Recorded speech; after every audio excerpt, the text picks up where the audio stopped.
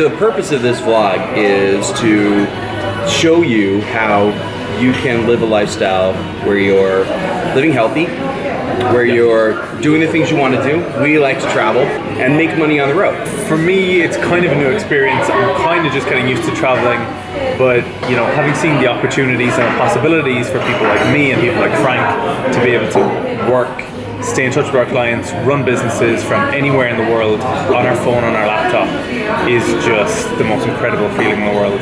So a lot of people don't know what a business would look like that you can run from the road. So for me, I do online training for various different programs for all levels of clients. I can do all my Skypes, all my check-ins, all my emails, all contact from anywhere. So all I need is a connection. You know, to be able to have that flexibility in my own life it's priceless. It really is. As amazing as the money is, it's for me a lot about the freedom and the flexibility to be able to do, you know, what I'm doing from anywhere. You know, I help entrepreneurs get their businesses up and running. That's what I do from the road, so I can do that from anywhere. The subject for this episode is getting you started with an idea about what it might be that you could do in your business on the road. So a lot of things you got to, again, think about. You got to be virtual. A lot of service businesses think about, you know, essentially doing something with the clients, like live in person or even one-on-one. That becomes very difficult when you're on the road. So you got to come up with a structure. Hang on. Okay.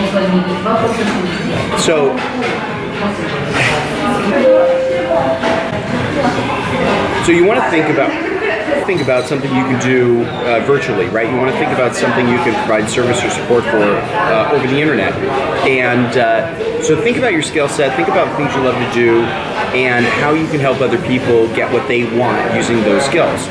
And that's what we want to get you started off with, is thinking about that kind of model. Think about somehow you can help get things moving from any. On that point, a successful existing client who is a Pilates instructor, I never in a million years would have thought that you could have a virtual Pilates instructor, but he's doing it. You know, he's checking in with his clients online, either one-to-one or in group, and we've completely transformed his business from, you know, what it was, a traditional job where you have to see the person one-to-one, face-to-face, and now it's a completely different model. I guarantee there's so many of you guys out there who are in the same situation, and you think, oh, okay, you're watching this video and you think, oh, that would be amazing, but it's not applicable to me. Well, think again, because, you know, when you think outside the box, he managed to completely transform his model, as have I, when you think of people who are one-to-one personal training, which I don't need to do and I don't do. And instead I do it from anywhere in the world. We're in Prague for the day. Frank's buzzing, he's on a high. It's like selling plans left, right and center. Been really, really good all week. Trying to keep carbs really, really low. Frank just had 4 pancakes. Of course, I understand what's being said. So, typical Czech dish. Went for some pork belly, some potatoes. Frank has gone for Pork ribs. Pork ribs. Captain Candy.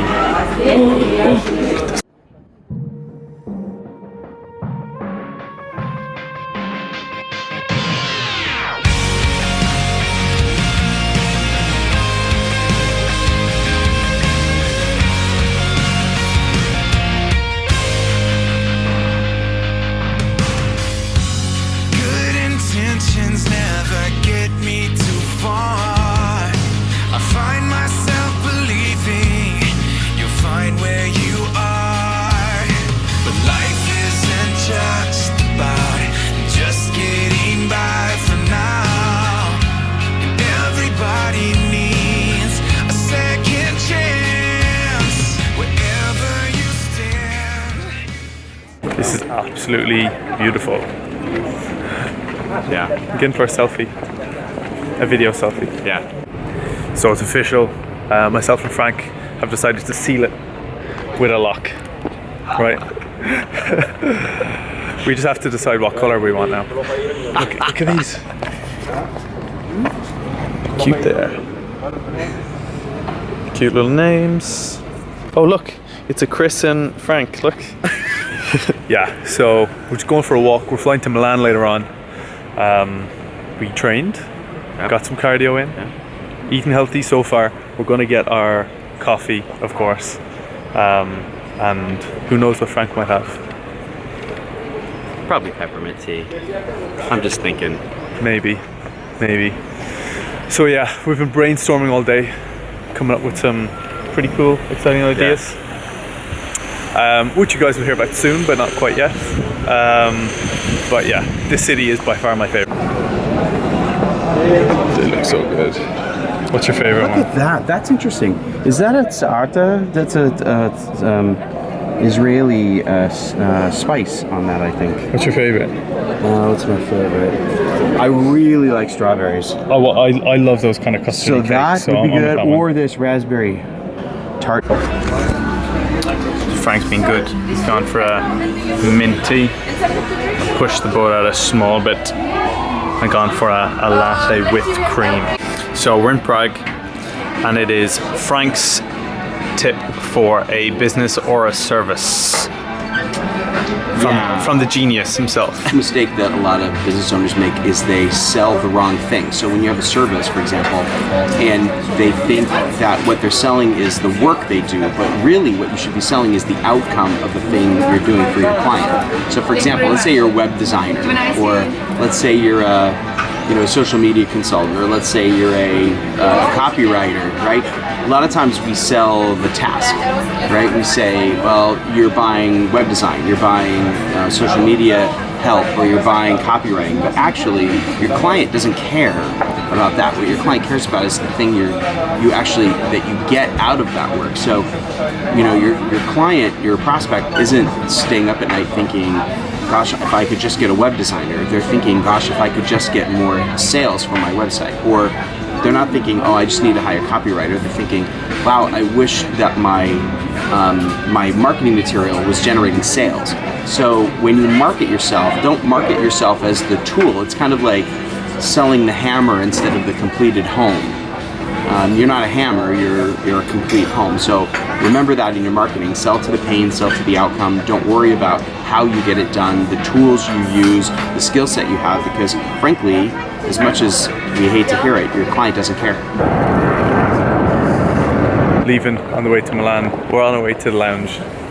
Frank's got some calls. I'm going to catch up on some work, do a bit of PhD work as well, hopefully. And then off to Italy. Yeah, Milan.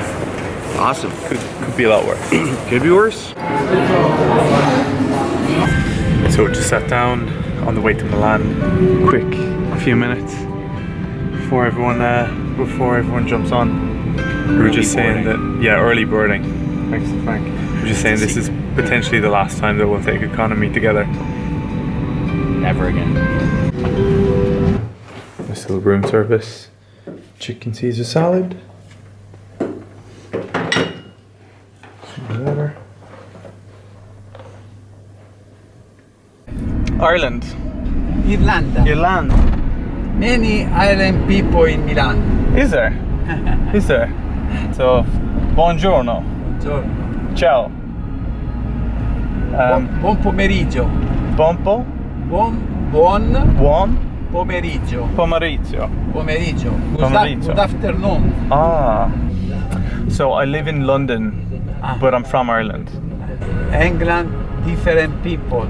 Don't Don't want to stay in Europe. Very different people. Brexit. Yeah. Want the sterling. Sterling. That's it. Pound sterling. So we just sat down for coffee. Frank's had a business meeting. He's going to be humble and say, yeah, they went okay. He killed them. So we're just here in this really, really nice coffee shop.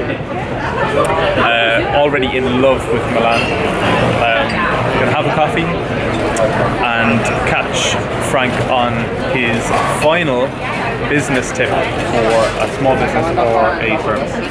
A big mistake that a lot of companies make when they are launching a new service or product is they go straight to advertising and marketing without validating. So, and then they basically, especially in today's internet marketing where they put stuff out on social media or they put it in Facebook or they start advertising on Google or AdWords or whatever it is you choose to do to start advertising. A lot of people do that without actually talking to human beings.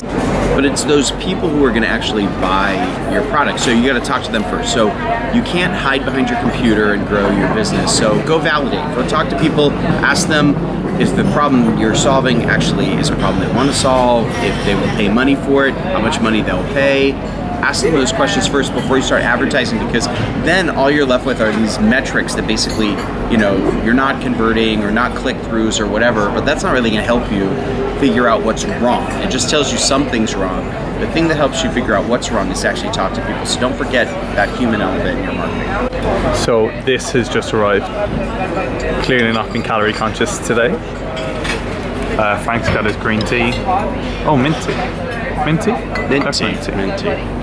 Yeah, I'm going to dig into this right about now. I met the first biggest bank just now.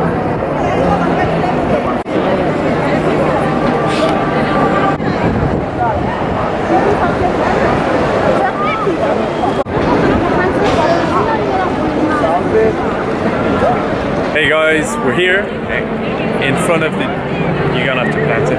What? Il Duomo. The cathedral in Milan. It's absolutely beautiful. We've just had coffee.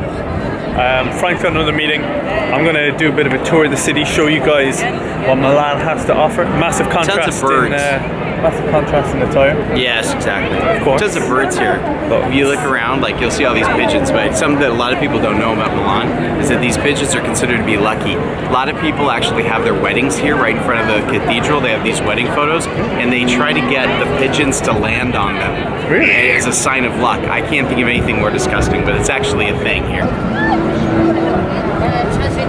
Look at that, see? See them right there? They got pigeons landing on them. There aren't enough tetanus shots in the world.